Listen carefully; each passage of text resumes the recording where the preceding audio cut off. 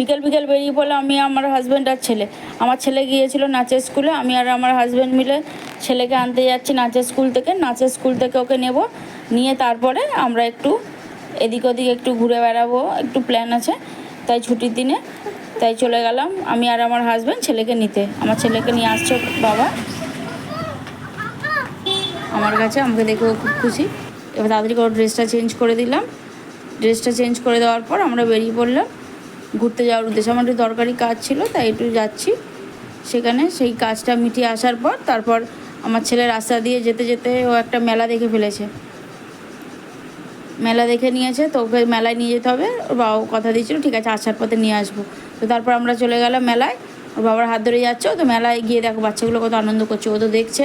এবার আমার ছেলে খুঁজছে কী নেওয়া যায় কী নেওয়া যায়, সোজা দৌড়ে চলে যাচ্ছে ওর বাবার হাত ধরে খেলার দোকানের দিকে। তো খেলার দোকানে গিয়ে এটা ওটা সেটা নেবে বায়না করছে।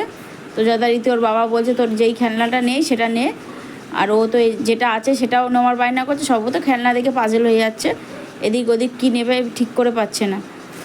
সব জিনিস দেখছে কোনটা নেবে। ওর বাবা বলছে যেটা নেই সেটা নিয়ে ওর বাবা একটা বন্দুক তুললো, বলছে তোর এই বন্দুকটা খারাপ হয়ে গেছে তুই বন্দুকটা নে। আমার ছেলে অন্য কিছু নেবে বলে বায়না করছে। তো যথারীতি ওর বাবা তারপর ওকে একটা ওয়াটার গেম কিনে দিল, বলে এই ওয়াটার গেমটা নেই, এটা তোর নেই। যাই হোক ওটা ফোনের মতন দেখতে বলে আমার ছেলেও রাজি হয়ে গেল।